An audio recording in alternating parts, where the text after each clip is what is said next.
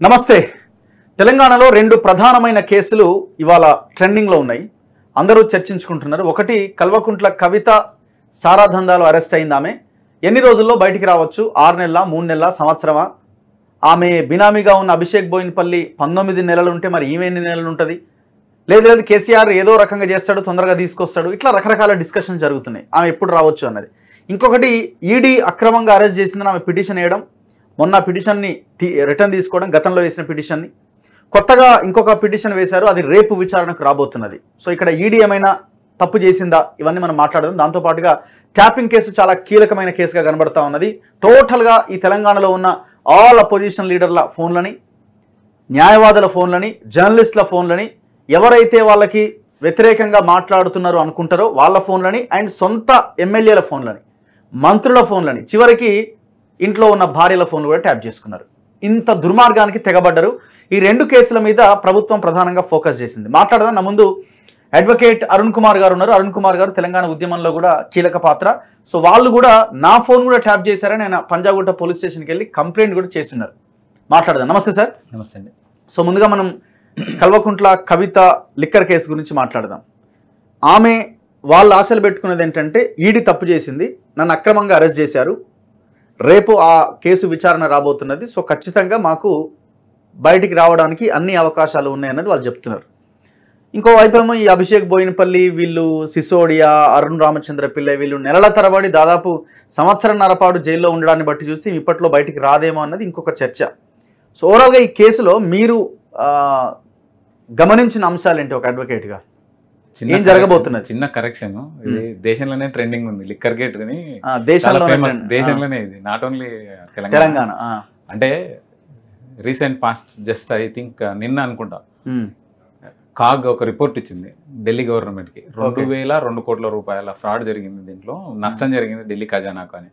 అంటే వీళ్ళు ఏదో చిన్నది అని చెప్తున్నారు, ఏదన్నా సారాయి బుడ్డీలు పగిలిపోయిన కేసు లేదా క్రషర్తో తొక్కించిన కేసు అన్నట్టు ఫీల్ అవుతున్నారు. కాదు, ఇది 2,002 crores of misappropriation damage అక్కర్ to Delhi government state exchequer. అంటే ప్రజాధనాన్ని వీళ్ళు దోచుకున్నారు పాలసీ చేంజ్ చేసి. ఇంకా కూడా ఉన్నాయి దీంట్లో, ఇంకా బయటికి రావాల్సిన విషయాలు చాలా ఉన్నాయి. ఏజెన్సీల పేరుతో ఒక్కొక్కరితో 2 కోట్లు, 3 కోట్లు, 4 కోట్లు వసూలు చేసి వాళ్ళకు ఫ్రాంచైజీలు ఇప్పించడం జరిగింది ఢిల్లీలో. ఫారెన్ లిక్కర్ కూడా అమ్మడానికి అవకాశం ఉంటుంది, మీకు కోట్ల రూపాయల ఇన్కమ్ ఉంటుంది అని చెప్పినప్పుడు నమ్మి వచ్చిన వాళ్ళకి కొంతమందికి ఏజెన్సీలు వచ్చినాయి. ఇంకా కొంతమంది ఏజెన్సీలు రాకుండా గాల్లో ఎలాడబడుతున్న వాళ్ళు కూడా చాలా మంది ఉన్నారు. వాళ్ళు మిమ్మల్నో లేకపోతే పోలీసులను ఖచ్చితంగా అప్రోచ్ అవుతారు. ఎందుకంటే ఇప్పుడున్న పరిస్థితి ఫోన్ ట్యాపింగ్ ఇవి ఐసోలేట్ చేయలేము యాక్చువల్గా. ఫోన్ ట్యాపింగ్ ద్వారానే ఇన్ని రోజులు ఆమె ఆగింది, ఎవరిని ఆమె టచ్ చేయకుండా. మీకు ఐడియా ఉందో లేదో, ఈ కేసులో లిక్కర్ కేసులో ఏ కోర్టులో అయితే ఆమె కేసు ఉందో, గతంలో ఆ కోర్టులో పీపీగా పనిచేసిన రాణా అనే వ్యక్తి తన పదవికి రాజీనామా చేసి, తన పీపీ పోస్టుకు రాజీనామా చేసి నౌ డిఫెండింగ్ కవిత కౌన్సిల్గా వచ్చింది. ఇప్పుడా 6 నెలల కిందనే జరిగింది. తనే రాజీనామా చేసిండు, వచ్చి నేను కవిత తరఫున వాదించబోతున్నా ఎన్ఫోర్స్మెంట్ డైరెక్టరేట్ కేసు కోర్టులో, నేను ఆమె తరఫున వస్తున్నా అని చెప్పిండు. అంటే అక్కడ ఎంత మేనేజ్మెంట్ జరిగింటది అనేది మనం ఆలోచన చేయొచ్చు. సిబిఐ ఎంటర్ అయినప్పటి నుంచి ప్రణీత్ రావు సౌజన్యంతో ఏ అధికారులు ఆమె కొరకు ఆలోచన చేస్తున్నారు, మీరు ఎక్కడ కూడా ఆమెను టచ్ చేసే ప్రయత్నం కూడా చేసలేరు. సెంట్రల్ గవర్నమెంట్ ఎంప్లాయీస్ అయినా, ఈడీ ఎంప్లాయీస్ అయినా, ఐటీ ఎంప్లాయీస్ అయినా కానీ ఏం జరుగుతుందో ఆమెకు ముందే తెలిసిపోయేది. మనం అందరం కూడా ఆశ్చర్యపోయేది. ఎందుకంటే బీజేపీ మీద కూడా దొబ్బడం జరిగింది, అబాణ ఏం చేయలేకపోయినారు. క్లియర్ గా చెప్పాలంటే పల్లెటూరు భాషలో బీజేపీ ఏం పీకలేకపోయిందనే మాటలు కూడా ఖచ్చితంగా అన్నారు. అంటే మీకు పూర్తి స్థాయిలో బీజేపీ అనే పార్టీ ఈడీని డైరెక్ట్గా ఇన్ఫ్లుయెన్స్ చేయకపోవచ్చు, కానీ అధికారులు అక్కడ అపాయింట్ చేసేది అధికారులు కాబట్టి లాయల్గా ఉండడం సహజం. అది ఏదైనా చెప్తే జరగవచ్చు, కానీ పూర్తి స్థాయిలో ఇన్వాల్వ్మెంట్ ఉండకపోవడం వల్లనే బీజేపీ ఏం చేయలేకపోయింది అనేది ఇప్పుడు అర్థమవుతుంది. అంతకంటే ముందు ప్రణీత్ రావు సౌజన్యంతో జరిగిన వాళ్ళ ట్యాపింగ్లు, వాళ్ళ అవతల ఆఫీసర్లు ఖచ్చితంగా ఫోన్ నెంబర్లు ఇస్తారు. ఆ కోర్టులో పనిచేసే జడ్జిది, క్లర్క్ది, బెంచ్ క్లర్క్ది, అటెండర్లతో సహా, అక్కడ పనిచేసే న్యాయవాదులతో సహా వీళ్ళు ఖచ్చితంగా ట్యాప్ చేసిండ్రు. అంటే మీరు అంటున్నది ఏంటి, కవిత లిక్కర్ స్కామ్ కి ఫోన్ ట్యాపింగ్ కి సంబంధం 100%. ఆమె ఈ రోజు వరకు తప్పించుకోదిరిగి తన సొంత పిఏలు అభిషేక్ బోయినపల్లి తనకు సంబంధించిన వ్యక్తే, మాగుంట శ్రీనివాసరెడ్డి ఆయన కొడుకు వీళ్ళందరినీ టచ్ చేసిన ఈడి కేవలం కవితను ఎందుకు టచ్ చేయలేదు? అంటే ఏమై ఉంటది అంటే ఈమె ఏమేం జడ్జిమెంట్లు వస్తున్నాయి, ఎవరెవరు ఏం వాదిస్తున్నారు, ఎక్కడెవరు ఎక్కడ 100% సర్వర్లు ఐ న్యూస్ లో ఏర్పాటు చేసిన సర్వర్లు సంతోష్ గాడు ఉన్నాడు, జోగినిపల్లి సంతోష్ గాడు, వాడే మెయిన్. ఆమె నా లిక్కర్ గేట్ లో ఇరికించింది. టానిక్ లో పార్టిసిపేషన్ వద్దు, నీకు అంతకంటే మంచి మార్గం చూపిస్తా అని చెప్పి ఢిల్లీ దాకా తీసుకుపోయి ఆ కుంభకోణంలో ఇరికిచ్చింది వీడే. జోగినిపల్లి సంతోష్ రావు అనే గోలీరావు అలియాస్ టానిక్ రావు. వీడే ఫోన్ ట్యాపింగ్ చేపించి మళ్ళీ అక్కను కాపాడినట్టు, పెద్దనాన్నకు ఏదో హెల్ప్ చేసినట్టు, అన్నకు ఏదో హెల్ప్ చేసినట్టు కలరింగ్ ఇస్తూ పోయిండ్రు వీళ్ళు. అంటే ఒక పర్వతాపూర్ లో ఏర్పాటు చేసిన సర్వర్ ఏమో దయాకర్ రావు కొరకు, ఐ న్యూస్ లో ఏర్పాటు చేసిన సర్వర్ ఏమో కవిత కొరకు నిరంతరాయంగా పనిచేసినాయి. High court, Telangana high court judges Santosh Rao Kavitha కోసం పనిచేసినట్ట. ఒకసారి అందరు అటాక్ చేశారు సంతోష్ రావును, నువ్వే తీసుకుపోయి ఇరికిచ్చినావు అన్న తర్వాత అదే సంతోష్ రావు లిక్కర్ కేసులో కవితని ఇరికిచ్చిందా? ఖచ్చితంగా. ఎందుకంటే వైస్ ప్రెసిడెంట్ ఆఫీస్ కి, భారత ఉపరాష్ట్రపతి ఆఫీస్ కి నాకు పూర్తి స్థాయిలో టచ్ ఉన్నది. పూర్తిగా పక్కల ఒక కంచంలో తినడమే తక్కువ. అప్పటి వెంకయ్య నాయుడు గారు కావచ్చు, ఉపరాష్ట్రపతి. అంటే తను ఎంత బలంగా నెక్సస్ ని ఫామ్ చేసుకున్నాడు, ఎంత బలంగా తన రూట్స్ ని ఫామ్ చేసుకున్నాడు అంటే ఢిల్లీలో కూడా ప్రభావితం చేసేంత స్థితికి వచ్చిండు. వీళ్ళు వైఎస్ఆర్సీపీ ఎంపీలకు కూడా వీళ్ళు ఒకసారి పార్టీ చేయడం జరిగింది. తద్వారా జగన్ కోపం చేయడం అవన్నీ మీకు ఐడియా ఉంటాయి. అంటే అందరినీ ఒక పవర్ సెంటర్ గా మారే ప్రయత్నం చేసిండు. ఆడ అదృష్టానికి దరిద్రానికి ఉపరాష్ట్రపతి పదవి ఆడికే అయిపోయింది. మన భారత ప్రజల అదృష్టం బాగుంది కాబట్టి తొందరగానే ఆ నెక్సస్ అన్ని కట్ అయిపోయినాయి. ఆ పవర్ సెంటర్ అనేది న్యూట్రలైజ్ అయిపోయింది.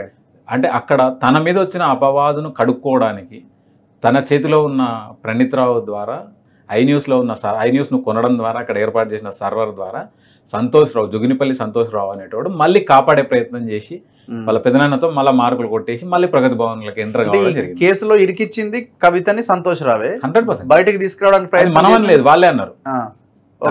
టానిక్ కుంభకోణం హైదరాబాద్ వేదికగా ఏర్పాటు చేసి కేవలం 5 లక్షల రూపాయల లైసెన్స్ ఫీజుతో, అంటే అందరికేమో 1,20,20 లక్షలు ఉంటే వీడికి 1,25 లక్షలు అన్నారు. కానీ వీడు కట్టింది 5 లక్షలు.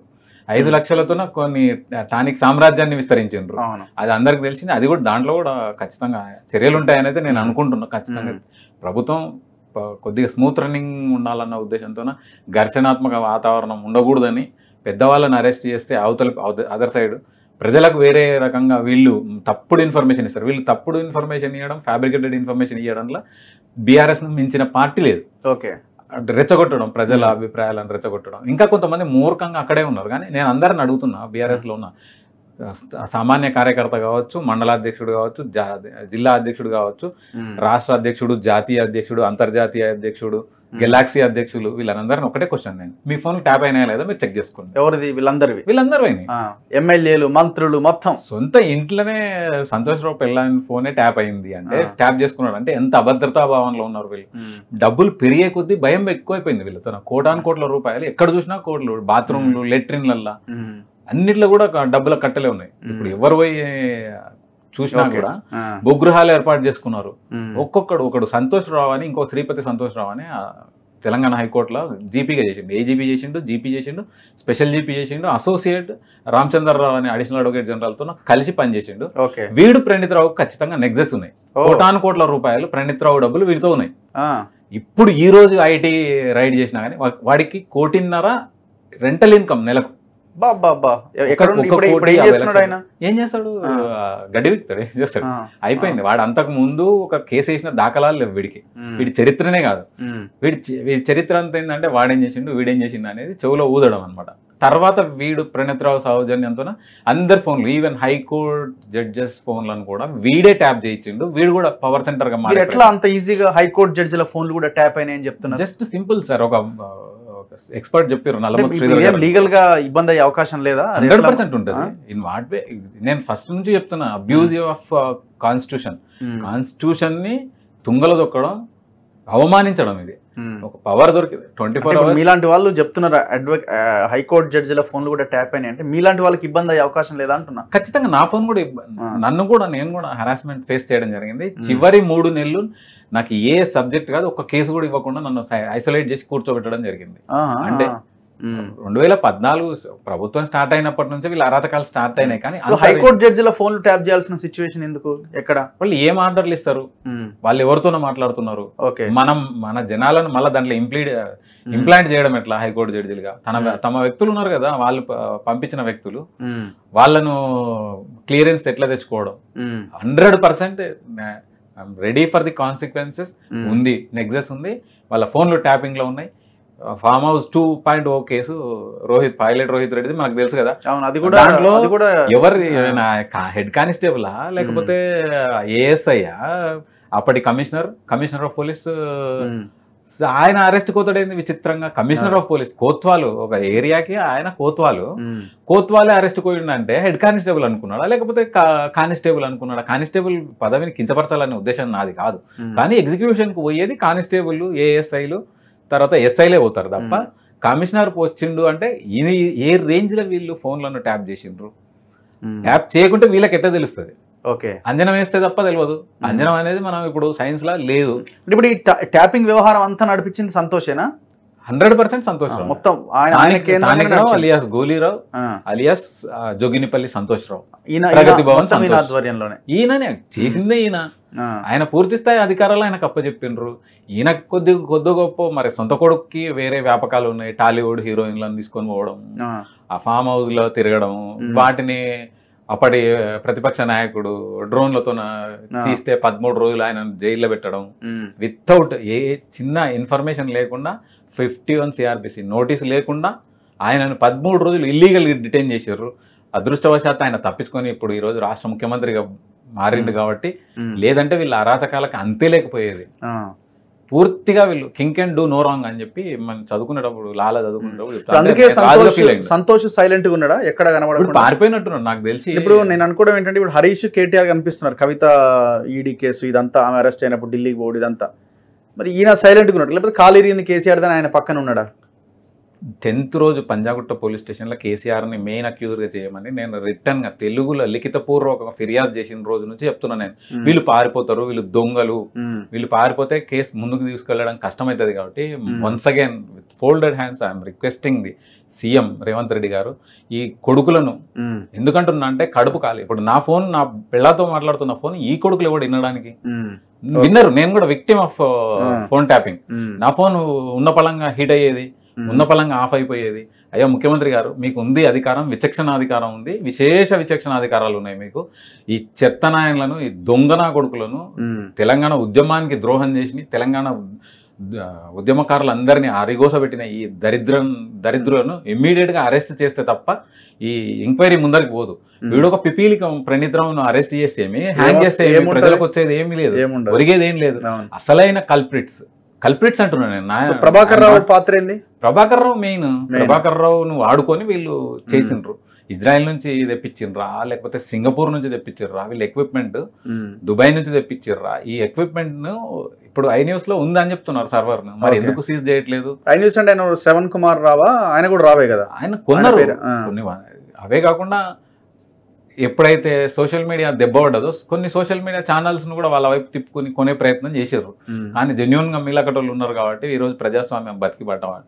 మీరు చేసిన దాడి అసలు ఒక రేంజ్ లో మీరు దాడి చేయడం వల్లనే ప్రజలు కోలుకున్నారు.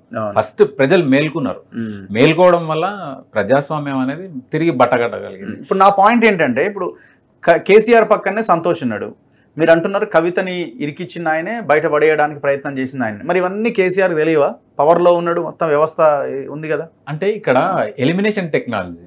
కానీ నేను అంటున్నా ఇప్పటికీ కేసీఆర్ పక్కనే ఉన్నాడు కదా సంతోష్ రావు, చైర్ లాగుతూ. మీకున్న ఇన్ఫర్మేషన్ నాకు తెలిసి వాడు పారిపోయింది అనేది ఇన్ఫర్మేషన్. ఇండియాలో లేడు వాడు.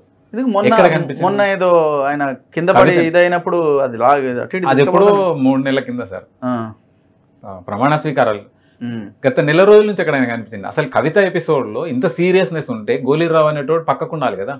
ఇంట్రడ్యూస్ చేసిందే గోలీరావు, ఇంట్రడ్యూస్ చేసిందే జోగినిపల్లి సంతోష్ రావు, ఢిల్లీ లిక్కర్ మాఫియా అని, అరుణ్ రామచంద్ర పిల్లేని కావచ్చు, అభిషేక్ బోయినపల్లిని ట్యాగ్ చేసి అక్కడ ఒక్కొక్కరికి షాపులు ఇప్పించి ఏజెన్సీలు ఇప్పించింది, దగ్గరుండి ఇప్పించింది సంతోష్ రావు. మరి ఎందుకు లేడు సంతోష్ రావు?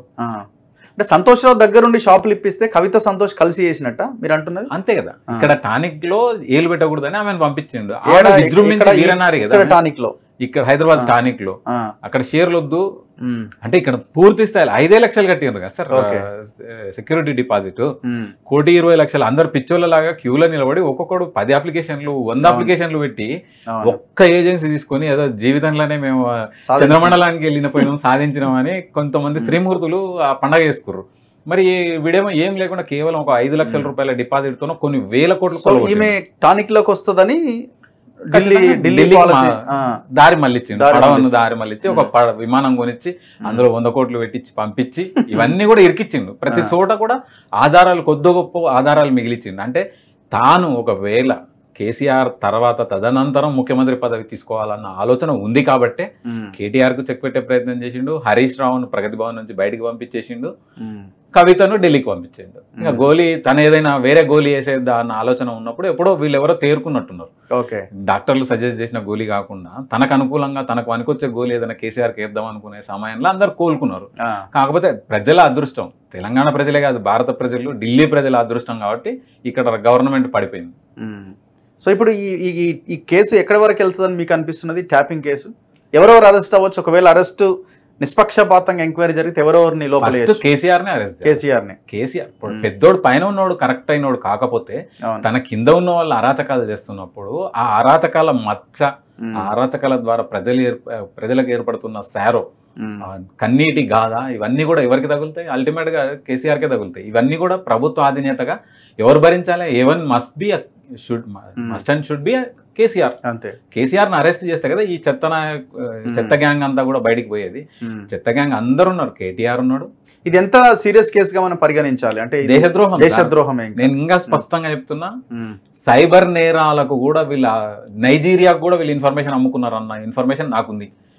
నైజీరియా దొంగలు ఉన్నారు కదా సైబర్ గ్యాంగ్లకు, మీరు ఫోన్ లో ఉన్న ఇన్ఫర్మేషన్, మీ అకౌంట్ నంబరు, మీ పిన్ నెంబరు, మీ పాన్ నెంబరు, మీ బ్యాంక్ అకౌంట్ల నెంబర్లు అన్ని కూడా దాంట్లో వీళ్ళు సంగ్రహించిండ్రు. వీళ్ళ అవసరానికి డాటా అని అందరు మనం అనుకుంటాం సెల్ ఫోన్ కంపెనీలు అమ్ముకుంటున్నాయని. కాదు వీడే అమ్మిండు. తెలంగాణలో జరిగిన సైబర్ ఫ్రాడ్లను కూడా ఎంక్వైరీ చేస్తే ప్రణీత్ రావు హస్తం ఉంటుంది. వీడిచ్చిన ఇన్ఫర్మేషన్ తోనే నైజీరియన్స్ సైబర్ అటాక్లు చేసిర్రు బ్యాంక్ అకౌంట్ల మీద, ఫండ్స్ సైఫన్ చేసి. ఇప్పుడు ఎట్లా మెసేజ్ కూడా మనకి ఈజీగా తెలిసిపోతుంది కదా, పూర్తిగా తెలిసిపోతుంది. అంతే. మన కొద్దిసేపు మనం ఫోన్ ఆఫ్ చేసుకున్నా కూడా వాడు లింక్ చేసుకొని ఎంక్వైరీ చేసుకోవచ్చు. ఇంకా ఒక విచిత్రమైన సైబర్ ఫ్రాడ్ ఉందంట ఇందులో. మనకి తెలియకుండానే నెలకు ఒక 200 రూపాయలు 300 రూపాయలు మన అకౌంట్లోకి వెళ్ళి ఆటోమేటిక్గా డిడక్ట్ అవుతాయి. 200 300 మీరు చూసుకోరు, నేను చూసుకోను. ఎందుకు కట్ అయినవి కూడా తెలియదు. అసలు మనం ఎప్పుడు బ్యాలెన్స్ ఎంక్వైరీ చేసుకుంటాం? చేసుకునే ప్రయత్నం కూడా చెయ్యం అసలు. అంటే 200 300 కన్సిస్టెంట్గా ఒక అకౌంట్ నుంచి కొన్ని వేల లక్షల అకౌంట్ల నుంచి వెళ్ళిపోతే అది ఎంత పెద్ద సంపద క్రియేట్ అవుతుంది. అటువంటి ఫ్రాడ్స్ కూడా వీళ్ళు చేసినట్టు నాకుంది ఇన్ఫర్మేషన్. మరి పోలీసు వాళ్ళు తేల్చి చెప్పాలి. ఎందుకంటే గవర్నమెంట్ ఇప్పుడు ఏదైనా నేను ఒక ఆరోపణ చేస్తే గవర్నమెంట్ కదా డిఫెండ్ చేయాల్సింది. గవర్నమెంట్ ఆర్గనైజేషన్లో జరిగింది కాబట్టి ప్రూవ్ చేయడానికి కష్టమైంది. ఇప్పుడు గవర్నమెంటే ఒక అథారిటీని ఫామ్ చేసి వాళ్ళే ఒక రిపోర్ట్ ఇచ్చి ప్రణీత్ రావు అనేటోని ఊస్ట్ చేసి బయటపడేసి అరెస్ట్ చేసి జైల్లో పెట్టినరు అంటే నా ఇన్ఫర్మేషన్కి జెన్యూనిటీ ఉన్నట్టే కదా. ఇంకా నేను మళ్ళీ ప్రూవ్ చేసుకోవాల్సిన అవసరం నాకైతే లేదు. ఖచ్చితంగా ఈ ఇన్ఫర్మేషన్ని బయటికి లాగాలంటున్నాను నేను. ఇప్పుడున్న ప్రభుత్వం ప్రజలకు నిజంగా మేలు చేయాలన్న ఉద్దేశం ఉంటే ఎంత సైబర్ ఫ్రాడ్ అయింది, ఎంత ఫోన్ ట్యాపింగ్ల వల్ల నష్టం జరిగింది, ఎవరెవరి ఫోన్లో ట్యాప్ చేసిండ్రు, వాళ్ళకి జరిగిన ఇన్ఫ్రింజ్మెంట్ ఐఎమ్ ఏబుల్ టు, నేను ఇప్పుడు ₹1,00,00,000 పరువు నష్టం దావా వేసుకోవచ్చు డిపార్ట్మెంట్ మీద జరిగింది కాబట్టి. నా పరువు ఇప్పుడు నా ఆంతరంగికులతో నేను మాట్లాడే ఇన్ఫర్మేషన్, నా వైఫ్తో నేను మాట్లాడే ఇన్ఫర్మేషన్ వినడానికి ఎంత అసహ్యంగా ఉంటుంది ఎవరికైనా కానీ.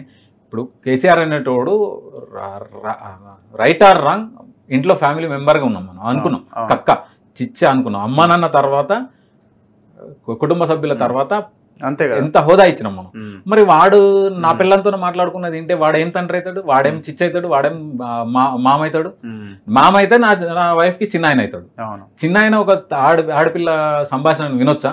ఇంత హీనం ఈ బతికే కంటే పెండ పురుగు కంటే కూడా అధ్వానం బతుకులు ఇవన్నీ వినే.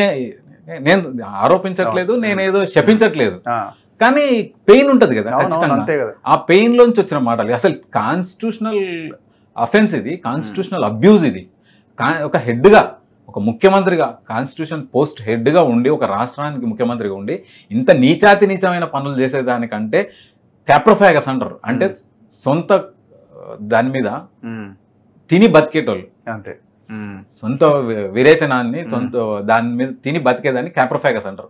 అటువంటి జీవులు వీళ్ళు.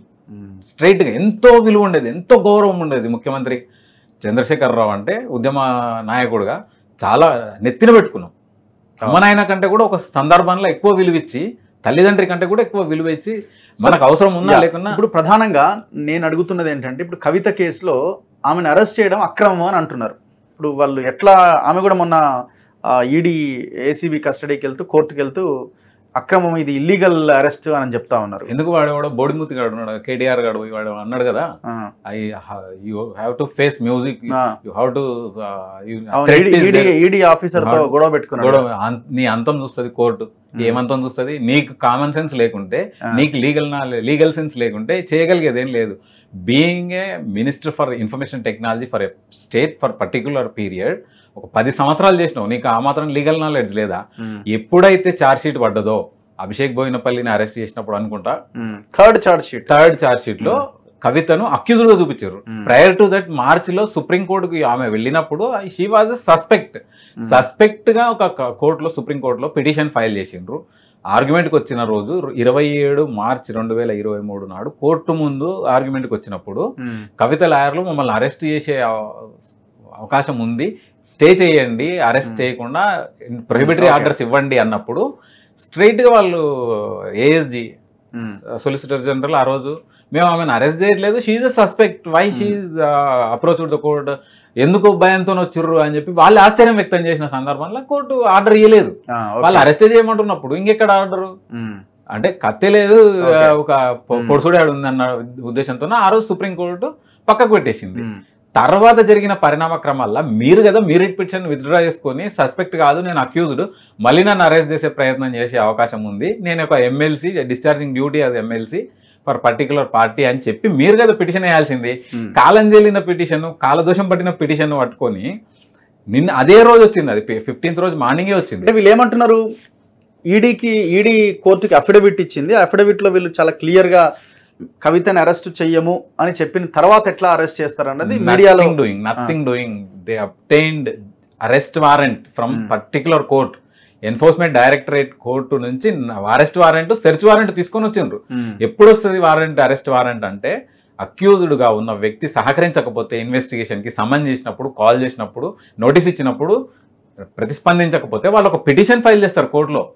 పిటిషన్ ఫైల్ చేసి issue NBW non bailable warrant issue చేయండి అని, అట్లా తెచ్చుకున్న వారెంట్ తో అరెస్ట్ చేసిన రామెను.